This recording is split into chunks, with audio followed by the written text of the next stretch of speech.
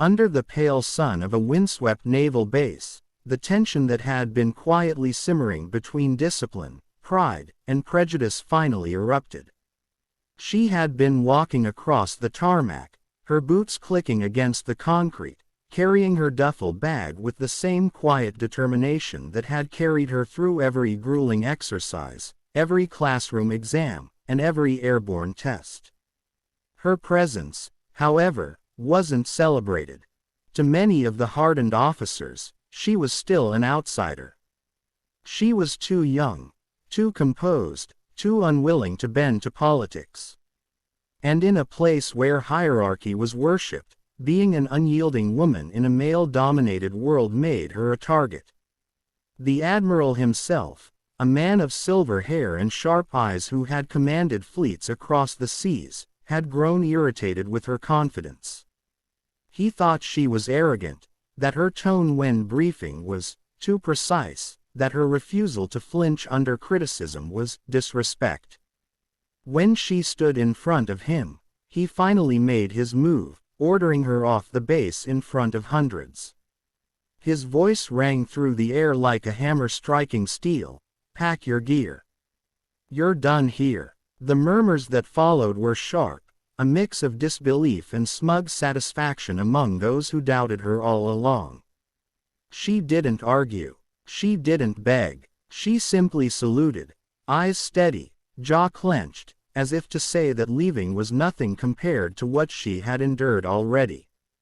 She walked with her duffel towards the gates of the base, her silhouette a lonely figure against the massive hangars and lined-up jets gleaming in the morning light.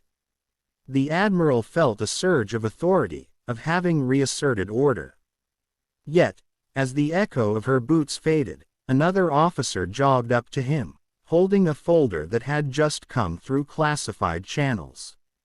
He opened it without thinking, until his eyes froze on the first page. His breath caught, his chest stiffened. The name was familiar, but the code beside it was what made his blood run cold.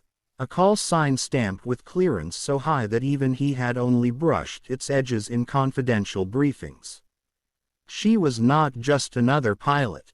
She was the F-22 call sign, Valkyrie, a name whispered in both reverence and secrecy across branches.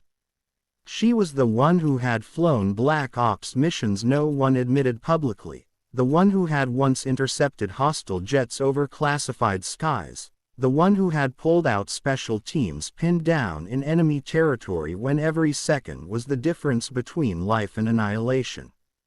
Her record was sealed, her face deliberately hidden behind official silence, because she wasn't just a pilot, she was the pilot. The same woman he had just thrown out of his base like she was nothing. He froze, the weight of his mistake pressing into him like ice. By then, it was too late. She had already reached the gate. But what happened next shook the entire base. A convoy of SEALs, men forged in fire and shadow, were just returning from a classified exercise. They caught sight of her, duffel slung over her shoulder. And one by one, as if choreographed by destiny itself, they stopped. Their eyes locked on her, recognition sparking like lightning across their faces.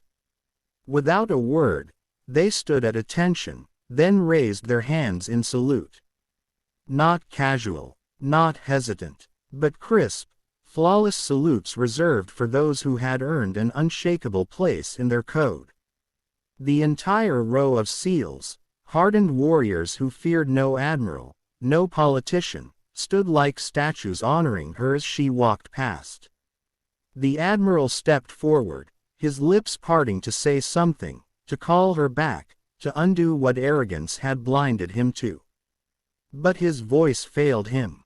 The sound of the salutes cutting the air drowned out his authority. She did not turn around. Her eyes were fixed, ahead, her stride steady, her silence more powerful than any words could have been. Those who doubted her looked on in shame, realizing they had dismissed greatness because it didn't come packaged in the form they expected. Those who had mocked her felt their pride crumble. The Admiral's heart sank deeper with every salute that followed her steps.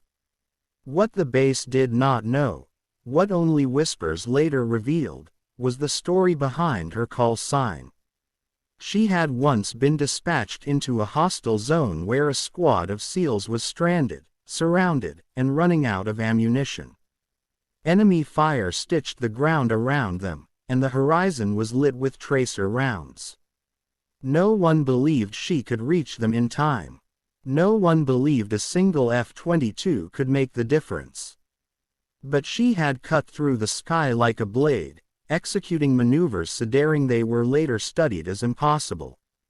She had cleared the skies, forced the enemy to retreat, and circled low enough to draw fire away until extraction was complete. Every man in that squad owed his life to her steady hands and fearless will. Her call sign, Valkyrie, was not a title given, it was earned in the fire of that night, and carried forever in the hearts of those who survived because of her. And so, on that ordinary morning when arrogance tried to erase her worth, truth roared back to life. The Admiral could do nothing but watch as respect far greater than his authority reclaimed her. It was not medals, not speeches, not rank that defined her. It was the silent, unwavering salutes of warriors who knew what she had done. She disappeared beyond the gate, not once looking back, leaving the Admiral hollow in his command. But across the base, whispers had already spread. The one he cast out was no mere pilot. She was Valkyrie, and every SEAL who saw her pass that day carried the reminder that true respect is not given by power, it is earned by courage. And finally, you see the Admiral, days later, standing alone in his office, staring at the report he had read too late, realizing he had not expelled weakness but had dismissed greatness. History would not remember his command on that base. But it would remember her. The SEALs who saluted her told the story, and it spread across branches, across barracks, across generations of recruits. The legend of Valkyrie was no longer hidden in classified files. It lived in the reverence of warriors, in the unshakable truth that greatness does not need permission to exist.